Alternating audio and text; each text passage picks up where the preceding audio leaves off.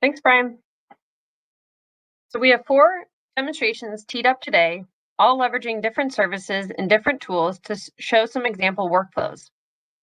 First, we'll start with Heidi from the Alaska Satellite Facility, who will be demonstrating Sentinel coherence data in a web browser and web map. Next, we'll have Sri Vinay with our Socioeconomic Data Center, who will show how to bring in multiple services to ArcGIS Pro Desktop to perform analysis.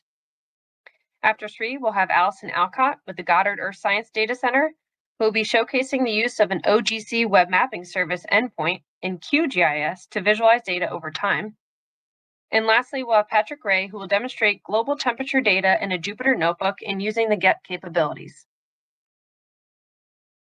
So we'll go ahead and start off with Heidi from the Alaska Satellite Facility. Thanks, Leah.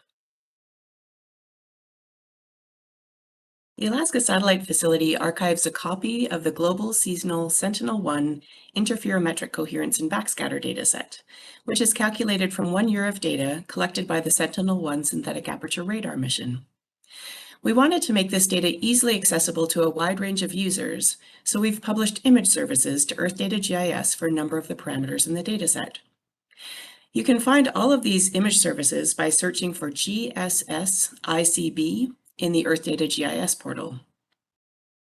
The first result is for our story map tutorial, which includes some background information about the dataset and also links to web maps that allow you to interact with the data dynamically.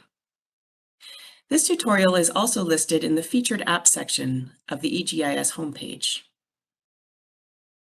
If you're not familiar with Esri web maps, there's a section in the story map tutorial that goes over how to interact with this dataset effectively in a web map environment. I'll open the overview map, which includes all of the image services we've published for this dataset, and I'll launch that in a new tab. You will see that there are quite a few services listed in the table of contents, including the median 12-day coherence for both HH and VV polarization, as well as mean backscatter for all of the available polarizations. Each data type has a separate service for each season, and each service is generated from a mosaic of thousands of source rasters that are stored in the cloud.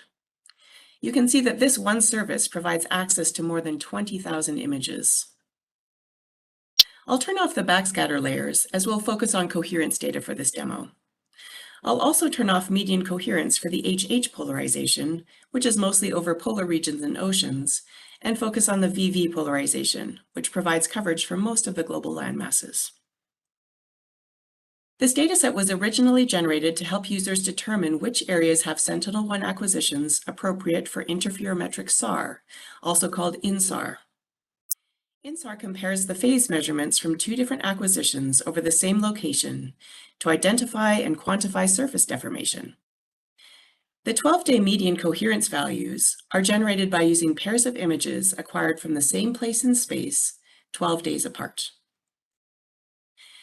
We expect that areas with high coherence, which look bright in this map, would produce high-quality Sentinel-1 INSAR products, while areas with low coherence, such as this dark area over the Amazon rainforest, may not be suitable for INSAR analysis using Sentinel-1. I can click on some of these very dark pixels to see the pixel values contained in the source rasters. If I click through the information for each season, you can see that the coherence values are very low, regardless of the season. Coherence values range from 0 to 1, and values less than 0.1 are generally considered completely unsuitable for phase differencing, and many projects would have a much higher threshold.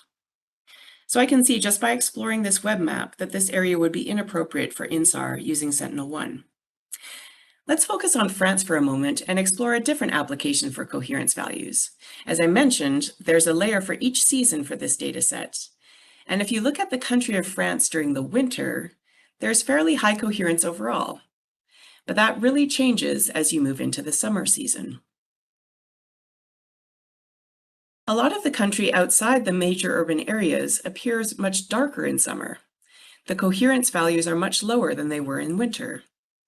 This is common in areas that exhibit strong seasonality and contain significant agricultural regions or densely vegetated areas. Changes in the vegetation structure of crops, woodlands, and orchards impact the way the radar signal interacts with the Earth's surface, making the phase measurements differ from one image to the next. This is also why we saw such low coherence in the Amazon. The rainforest canopy is always changing, resulting in strong phase decorrelation. In comparison, urban areas display very little change in coherence from one season to the next, as cities tend to be more stable in structure.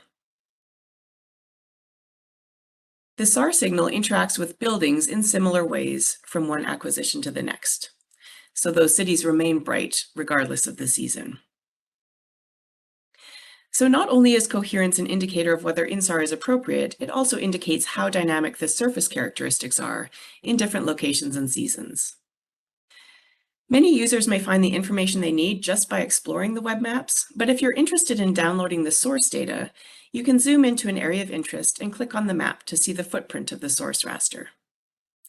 The pop-up window displays the information about that source raster and a link that can be used to download it directly through your browser. This is an example of how Earth Data GIS image services can provide access to the information contained in tens of thousands of individual source rasters without having to download any of the data first. Now I'll pass it over to Shri, who will talk about using image services in ArcGIS Pro.